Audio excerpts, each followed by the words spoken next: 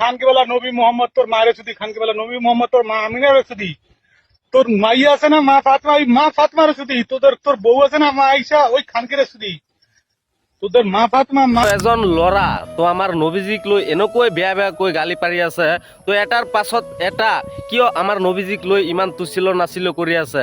চৰকাৰে কিবা এটা ব্যৱস্থা ল'বনে এইজন মানুহৰ ওপৰত? আৰু আপোনালোকে ভিডিঅ'খন ইমান শ্বেয়াৰ কৰিব যে আমাৰ অসমৰ সকলো মুছলিম মানুহসকলৰ চকুৰ সন্মুখত এই ভিডিঅ'খন যায় আপোনালোকৰ শ্বেয়াৰৰ জৰিয়তে।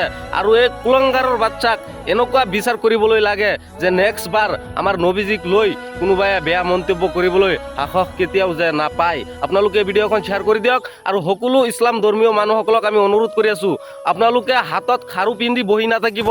এটাৰ পাছত এটা আমাৰ নবীজিক লৈ যদি এনেকৈ কোনোবাই তুচ্ছিল্য নাচিল্য কৰে, কেতিয়াও সহ্য কৰি ঘৰত বহি নাথাকোঁ। আমি চৰকাৰৰ ওপৰত এইটো ন্যায় আমি এৰিছোঁ।